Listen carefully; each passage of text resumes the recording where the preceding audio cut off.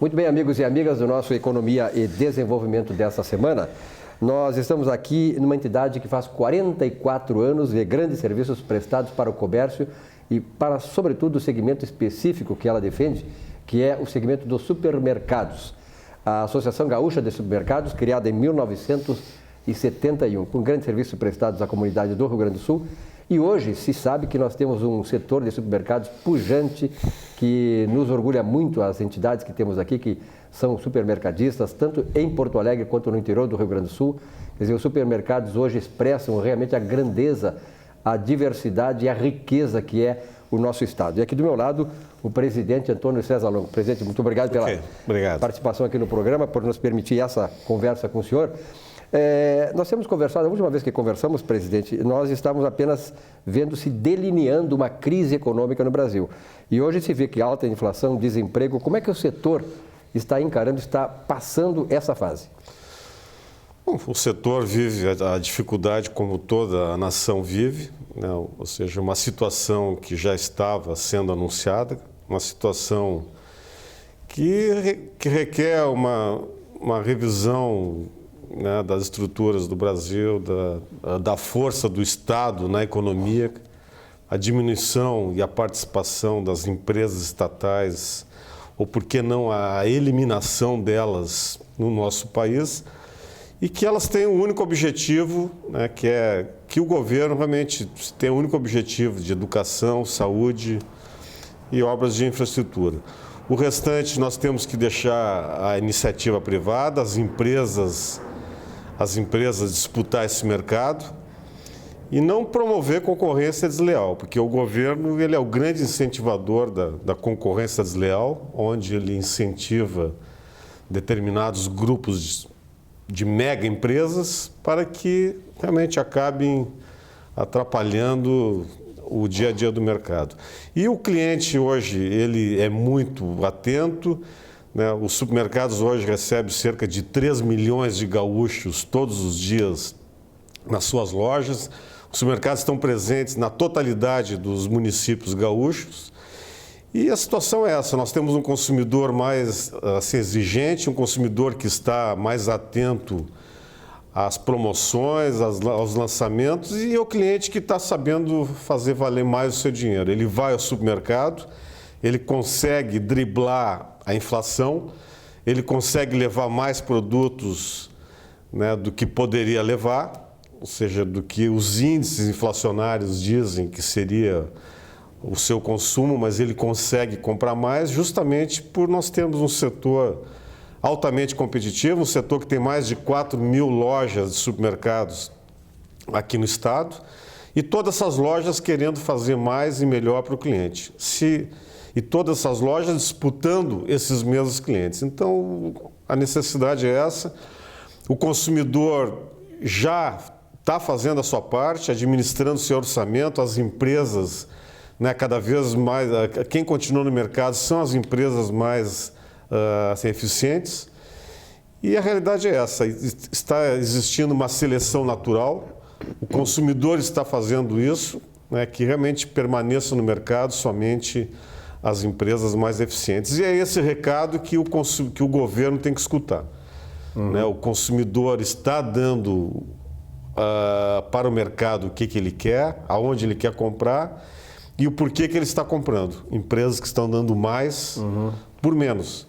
E é isso que o consumidor também espera dos nossos governantes. 4 mil estabelecimentos no Rio Grande do Sul significa que quando nós temos 497 municípios, dá quase 10 supermercados por município. Mas, presidente, o senhor falou muito bem da questão da exigência do consumidor. Até porque quando começa a apertar o cara começa a ser seletivo, né? E a competir no mercado também, o próprio consumidor. Mas isto exige, de um lado, se o consumidor tem essa postura, exige, do outro lado, que o supermercadista, o ofertante também, tenha a ciência disso, que ele está no mercado competitivo e se qualifique para isso. A Agas tem sido, e eu tenho acompanhado isso, ela tem sido muito preocupada com a qualificação não só do empreendedor, mas dos seus funcionários, dos seus colaboradores. Isso é importante diante do mercado de concorrência, né, presidente? A Agas, ela foi criada em 1971, com o objetivo... Eu tinha 21 aninhos, presidente, 20 aninhos naquela época, pessoal. Eu estava quase... Era um garoto. Eu usava calça curta ainda, mas eu estava na fila aí. Eu usava tênis.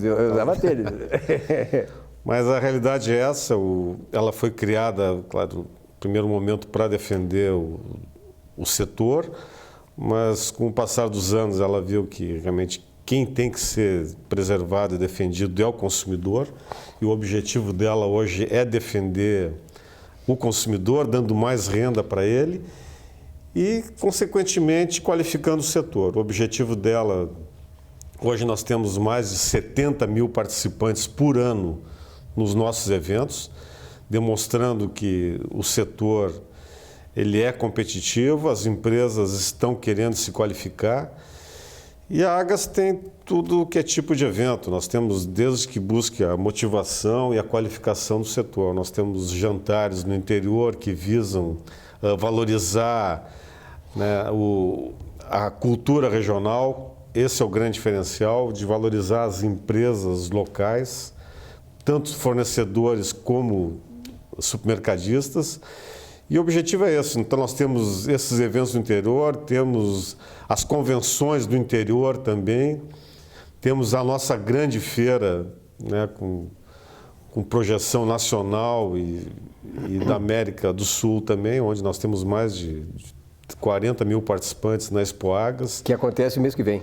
Mês que vem nós temos os curso superior, ou seja, hoje nós temos mais de 40 instrutores aqui na Agas que tentam, né, difundir essa qualificação, os conhecimentos para os jovens que iniciam na carreira dos mercados, já que cerca de 40% das vagas abertas para jovens aprendizes são ocupadas nos supermercados. E aí poderão surgir novos líderes, né, presidente? Realmente o supermercado é uma escola de liderança, porque o jovem ele convive, né, com toda a comunidade, ele está numa grande vitrine né, dos consumidores que exigem cada vez mais uma qualificação, um bom atendimento, e isso faz com que as pessoas tenham que se qualificar.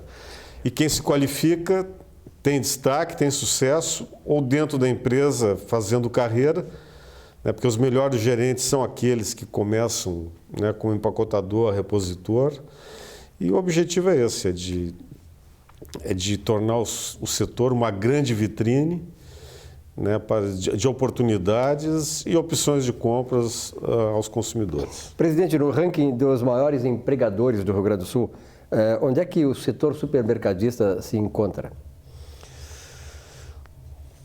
Olha, somente no estado, o setor ele proporciona mais de 95 mil empregos diretos. Se você avaliar a indústria automobilística, que ela consegue mudar os rumos da economia do país, né, ela emprega 130 mil, ou seja, então somente no estado nós temos quase o número de empregos, né, da totalidade da indústria automobilística. Então mostra a importância do setor, é um setor que é um grande prestador de serviços e demonstrando a importância que ele tem como, né, cunho social, formador de cidadãos, a preocupação com a segurança alimentar, que hoje é o grande foco do setor, levar cada vez mais produtos mais saudáveis e mais confiáveis à casa dos consumidores. Pois é, e aí nós chegamos naquele projeto Segurança Alimentar, que foi lançado agora há pouco tempo com o Ministério Público, né, presidente? Como é que está o andamento desse projeto? O que a Agas pretende alcançar com esse projeto? O nosso estado ele é diferente do Brasil, já que aqui nós temos um Ministério Público muito atuante. Atuante demais. Atuante, muito, fazendo o seu papel, que é de defender o consumidor.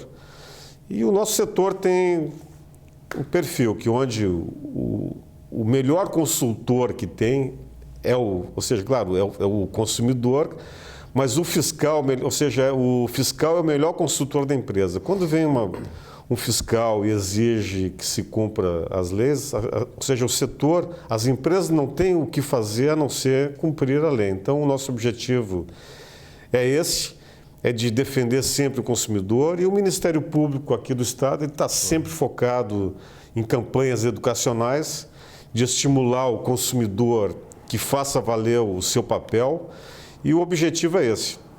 Nós queremos um consumidor cada vez mais exigente, um consumidor que leia os rótulos, as informações nutricionais, que confira a data de validade dos produtos e, principalmente, que exija a nota fiscal.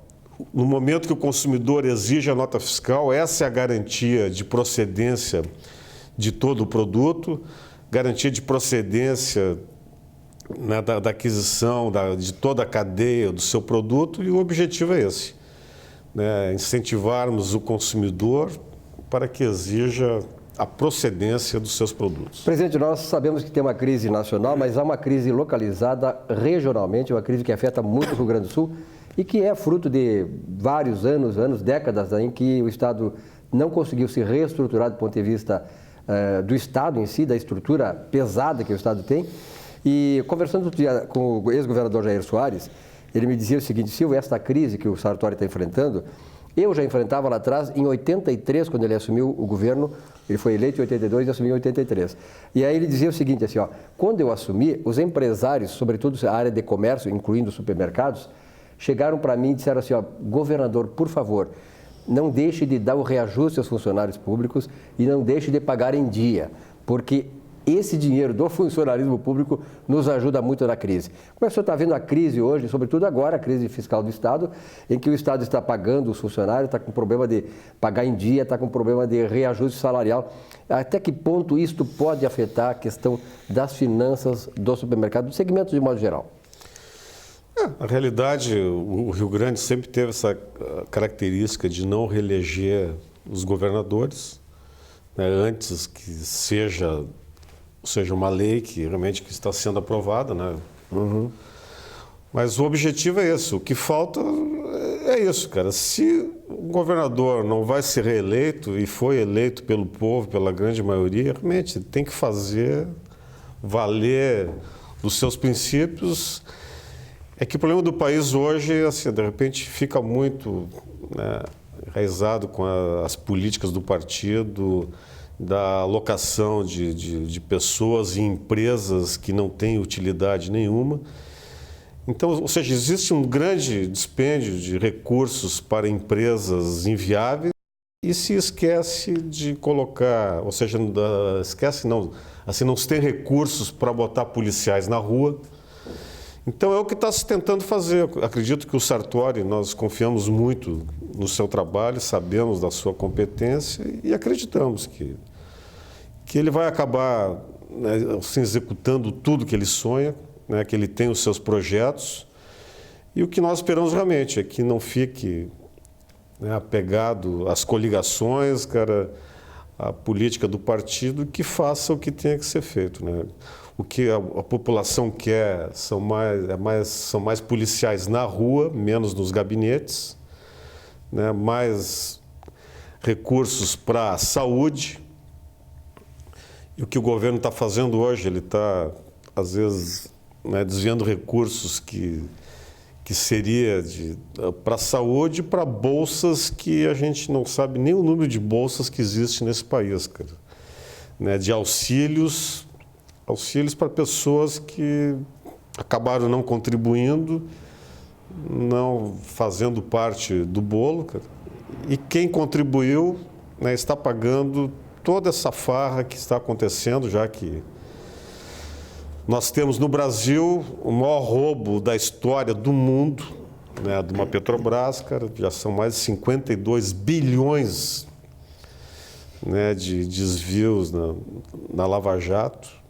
Então, tudo oriundo de empresas estatais que não tinham a finalidade de existir, ou se tinham, foi com outro objetivo, não de criar, né, uma casta que se aproveitou.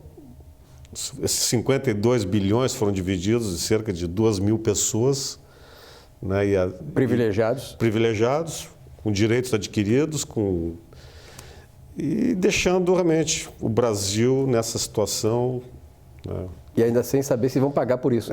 De descrédito, situação, Ou seja, o que nós passamos na vergonha para o mundo do 7-1 no futebol, cara, né, que estamos comemorando mais de um ano desse evento. Neste dia 9 de janeiro, de julho. Julho, continuamos comemorando, ou seja, sendo recordistas mundiais, no caso da Petrobras, né, o maior roubo do mundo.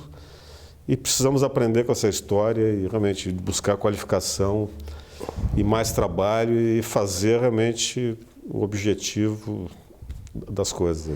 Presidente, encaminhando para o final, o senhor no começo da nossa entrevista falou sobre a questão do Estado deve se preocupar com saúde, educação, segurança, que são coisas fundamentais e que estão desassistidas por parte do governo, sobretudo pela ineficiência e a escassez de recursos. E aí a gente remete à coisa da reforma tributária que nunca aconteceu e, sobretudo, presidente, da reforma do Estado.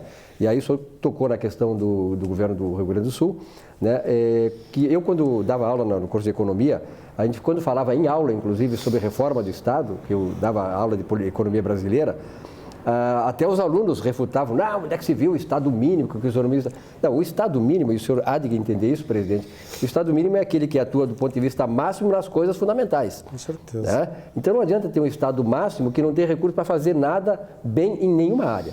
Então, quando o senhor disse, eu imagino que seja exatamente isso, ou seja, esta reforma do Estado. E no Rio Grande do Sul, agora parece, eu vi uma luz, o governador Sartori abrindo a possibilidade, parece que tem que passar pela Assembleia, de uma reforma do Estado. Mas, além da reforma do Estado, e já falamos agora em termos nacionais, nós precisamos também de uma revolução fundamental, que é na questão da ética e da moralidade.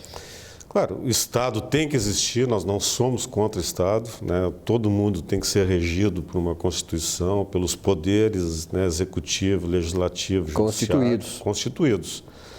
O que nós não queremos é que esses poderes, como falamos, né, prejudiquem, promovam uma concorrência desleal e que as pessoas que estão no poder realmente foram eleitas, o povo acredita nelas, não nos partidos, e que elas estão lá realmente para fazer valer o voto a que foram eleitas.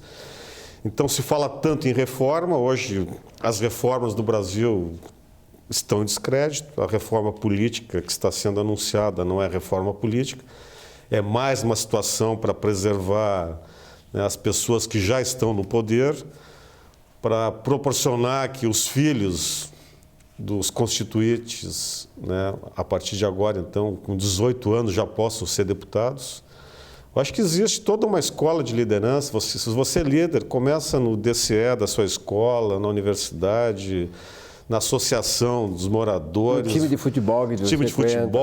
Começa de síndico do teu prédio, cara, vai para a Câmara dos Vereadores, vai para a Assembleia. Agora, esse encurtamento de botar já jovens de 18 anos... Qual o jovem que vai ser eleito com 18? Só se for filho de um grande deputado que tem uma grande força política, né? Ou um Messias, né? Chato de Honorado Messias. Aí. Ok, eu acho que, assim, claro que existem esses Messias, cara. Mas vamos dar tempo ao tempo, vamos deixar ele sendo um bom vereador, né? Fazendo a história no seu município, resolvendo o problema do seu município, do seu estado, para chegar a ajudar a resolver o problema do Brasil. Bom, hoje saiu nos jornais, para encerrar agora, que o brasileiro é dos empresários mais pessimistas do mundo. Está no Jornal do Comércio de hoje que eu li. Como é que o senhor encara isso aí? Os empresários são... ou eles refletem a realidade do Brasil? Não, isso são os índices que nos colocam, né, para o fim da fila, cara, né? Como a questão de educação, saúde, educação. O Brasil realmente hoje está lá no fim da lista. O empresário hoje, eu não digo que ele é pessimista, cara. Ele é realista, ou seja, o brasileiro sempre foi otimista, cara. Mas eu vejo que o setor dos mercados ele é realista. Então, quando se fala que ele só está perdendo para a Grécia e para a Eslovênia, realmente é justo, né?